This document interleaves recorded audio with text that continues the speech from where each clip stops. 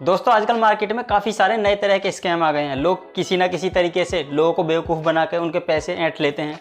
लेकिन दोस्तों ऐसा ही एक स्कैम आज से 9 साल पहले भी हुआ था। हालांकि दोस्तों अगर वो इंडिविजुअल तौर पर देखा जाए तो वहाँ पर केवल 250 रुपये ही आपको पे करने थे।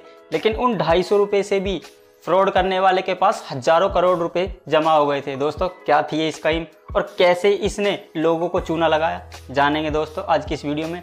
लेकिन दोस्तों उससे पहले वीडियो के लिए एक लाइक, और अगर आप चैनल पर पहली बार आए हैं तो हमारे चैनल को भी सब्सक्राइब कर लें ताकि आपको भी ऐसी नॉलेजफुल वीडियोज लगातार मिलती रहे। 2014 में भारत के प्रधानमंत्री नरेंद्र मोदी बनते हैं और दोस्तों उनकी सरकार बनने पर वो एक ऐसा प्रोग्राम लॉन्च करते हैं जिससे कि भैया जो नए नए स्टार्टअप लोग करना चाहें तो उनके लिए नियम को आसान कर दिया गया और साथ ही साथ उनको सब्सिडी भी दी गई ताकि भैया हमारे देश में नए नए स्टार्टअप हो सकें और हमारा देश भी आर्थिक तरक्की कर सके। इसीलिए दोस्तों उन्होंने 15 अगस्त 2015 को एक स्कीम लॉन्च की, स्टार्टअप इंडिया। दोस्तों ये एक ऐसी स्कीम थी जिसमें लोग अपना स्टार्टअप खोल सकते थे। उनको सरकार से जो मदद चाहिए थी सरकार उनको पैसे से लेकर जो भी टेक्निकल चीज़ें थी उनको सारी तरह की मदद सरकार उनको कर सकती थी किसी भी स्टार्टअप को खड़ा करने के लिए। अब दोस्तों यही चीज़ें कुछ लोगों के लिए एक ऐसा आइडिया लेकर आई जिससे कि भैया शॉर्टकट तरीके से काफ़ी सारा पैसा कमाया जा सकता है। दोस्तों मोहित गोयल ने भी इसी स्टार्टअप का सहारा लेकर अपनी एक कंपनी बनाई और दोस्तों उस कंपनी का नाम था रिंगिंग बेल्स। अब दोस्तों रिंगिंग बेल एक ऐसी कंपनी थी जो लोगों को केवल 251 रुपये में एक स्मार्टफोन देने का वादा कर रही थी।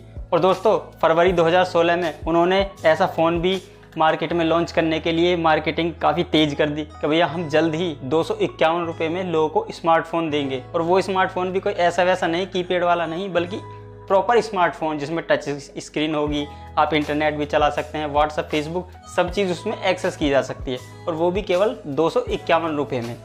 अब लोगों को भी ये एकदम नई चीज़ लगी क्योंकि यार 2016 के दौर में एक तो जियो नया नया मार्केट में आया था, फ्री डेटा लोगों को दे रहा था, तो इसलिए लोगों को एक तो स्मार्टफोन की ज़्यादा ज़रूरत थी और दूसरा केवल 251 रुपये में यार ऐसा स्मार्टफोन।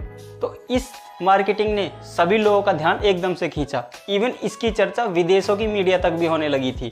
मीडिया ने और अखबारों ने भी इसके बारे में लिखना शुरू किया, दिखाना शुरू किया, जिससे इसकी बैठे बैठे ही काफ़ी सारी मार्केटिंग भी हो गई। लेकिन दोस्तों अभी तक मार्केटिंग ही हुई थी, कोई फ़ोन मार्केट में इन्होंने अभी तक लॉन्च नहीं किया था। अभी तक केवल ये लॉन्च करने की तारीखें ही बता रहे थे और उसका एडवर्टीजमेंट काफ़ी तेज़ी से कर रहे थे।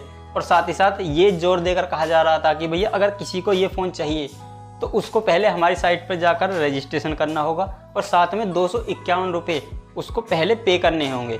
उसके बाद हम आपके एड्रेस पर फ़ोन आपको डिलीवर करा देंगे। और इसके लिए बाकायदा एक अच्छा खासा इवेंट भी लॉन्च किया गया था जिसमें खबरें सामने आई थी कि भैया उस टाइम के रक्षा मंत्री मनोहर पर्रिकर को उस प्रोग्राम में बुलाने की कोशिश की गई थी, लेकिन किसी तरह वो आ नहीं पाए।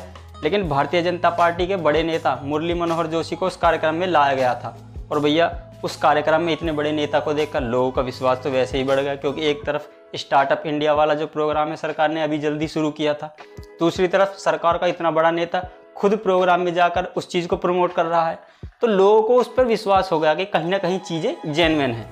और इसको मोहित गोयल ने भी इस तरह से दिखा है कि भैया सरकार का जो स्टार्टअप इंडिया प्रोग्राम है वो हमको पूरी तरह से फंड कर रहा है और वही हमको इस 250 रुपये के फ़ोन को अवेलेबल कराने में हमारी हेल्प कर रहा है। इस तरह से उन्होंने उस स्टार्टअप इंडिया वाले प्रोग्राम को प्रोजेक्ट किया जिससे लोगों को भी यार विश्वास हो गया कि यार अगर सरकार चाहे तो क्यों ना हमको फ्री में भी फ़ोन दे सकती है, ये तो फिर भी 251 रुपये हैं।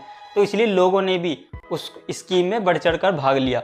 अब 15 फरवरी 2016 को कंपनी ने इसकी बुकिंग शुरू कर दी और वो कंपनी ने कहा कि जो भी इसको 15 फरवरी से लेकर 20 फरवरी तक बुक करेगा उसको केवल 250 रुपये में स्मार्टफोन दिया जाएगा और अगर कोई बंदा उसके बाद इस पर रजिस्टर करता है तो उसको 500 रुपये एक्स्ट्रा देने होंगे। इसीलिए लोगों ने जल्दी जल्दी ऑर्डर कर दिए। कंपनी ने जहां सोचा था कि भैया जून 2016 तक हम लगभग 50 लाख फ़ोन बेचेंगे, वहीं कुल 3 से 4 दिनों में ही कंपनी के पास इतने ऑर्डर आए कि भैया उनकी वेबसाइट ही क्रैश हो गई।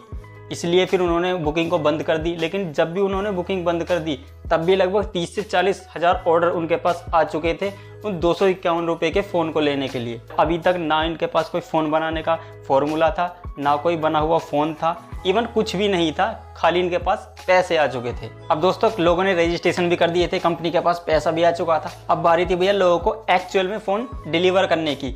लेकिन अभी इसी बीच दोस्तों मीडिया में कुछ ऐसी नेगेटिव खबरें भी आनी शुरू हो गई थी कि भैया फ्रीडम 251 पूरी तरह से स्कैम है, इसमें लोगों को फ़ोन नहीं मिलने वाले।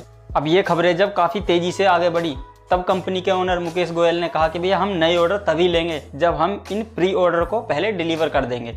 और इसीलिए उन्होंने फिर एक बयान में कहा कि हमने लगभग 5000 मोबाइल फ़ोन डिलीवर कर दिए हैं और भी 50,000 फ़ोन हमने ऑर्डर करके बनवा लिए हैं और उनको भी जल्दी से जल्दी लोगों में बांटा जाएगा। लेकिन दोस्तों इसी बीच कुछ जो डिस्ट्रीब्यूटर्स थे कंपनी के, उन्होंने कंपनी के जो ओनर थे उनके खिलाफ पुलिस में शिकायत डाल दी कि भैया जो चीज़ लोगों को दी जानी थी एक्चुअल में वो ये नहीं है और साथ ही साथ हमारे साथ भी फ्रॉड किया गया है। यहाँ से इस फ्रॉड की परतें धीरे धीरे खुलनी शुरू होती हैं। और दोस्तों वो फ़ोन भी जिन लोगों को डिलीवर करे गए थे उन लोगों ने भी फिर शिकायत करनी शुरू की, क्योंकि जो फ़ोन लोगों को उस प्रचार के दौरान दिखाया गया था वो फ़ोन उस एक्चुअल फ़ोन से बिल्कुल ही अलग था। इसलिए लोगों ने कहा कि ये उनके साथ फ्रॉड हुआ है, जो चीज़ें उनको बताई गई दिखाई गई वो एक्चुअल में वो चीज़ें उनको डिलीवर नहीं हुई। अब ये इतनी सारी शिकायतें मिलने के बाद अब इसकी जांच शुरू हुई और जांच में काफ़ी इंटरेस्टिंग चीज़ें दोस्तों सामने आई। अब दोस्तों जो फ़ोन कंपनी ने लोगों को दिखाया था वो एक फेक फ़ोन था, यानी कि भैया दिखाया कुछ और डिलीवर किया गया कुछ और। जो दोस्तों इन्होंने फ़ोन डिलीवर किया था वो एक सस्ती चाइनीज़ कॉपी थी एडकॉम कंपनी की। एडकॉम बेसिकली एक चाइनीज़ कंपनी है जो सस्ते सस्ते फ़ोन मार्केट में बनाकर बेचता है और उसके फ़ोन इंडियन मार्केट में भी काफ़ी ज़्यादा बिका करते थे उस दौर में। दोस्तों इन्होंने किया क्या कि चाइना से वही एडकॉम कंपनी की सस्ती कॉपी उठाई और उन पे एडकॉम की जगह वाइटनर लगाकर उन पे फ्रीडम नाम डाल दिया, जिससे कि लगे कि ये हमने फ्रीडम कंपनी ने बनाया है। और दोस्तों आप देखो इन्होंने कितना बेवकूफ़ी वाला काम किया कि उस पर वाइटनर लगा के उसको फ्रीडम नाम उसके ऊपर लिखा। वो कुछ ही दिनों में वाइटनर जब उससे हट गया तो उसका ओरिजिनल नाम तो वैसे ही फिर फ़ोन पे दिख गया कि भैया एडकॉम का ये फ़ोन है।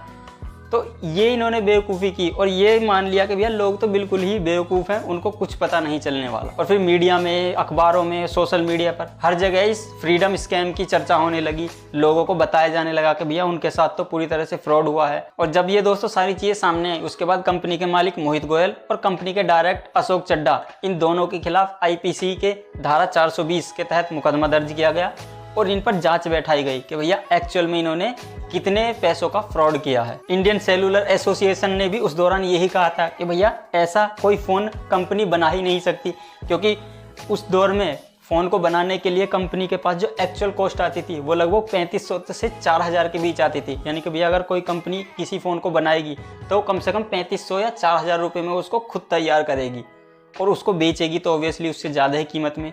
लेकिन वहीं अगर कंपनी कहे कि भैया 250 रुपये में हम आपको फ़ोन प्रोवाइड करेंगे तो ये किसी भी कंपनी के लिए पॉसिबल ही नहीं है।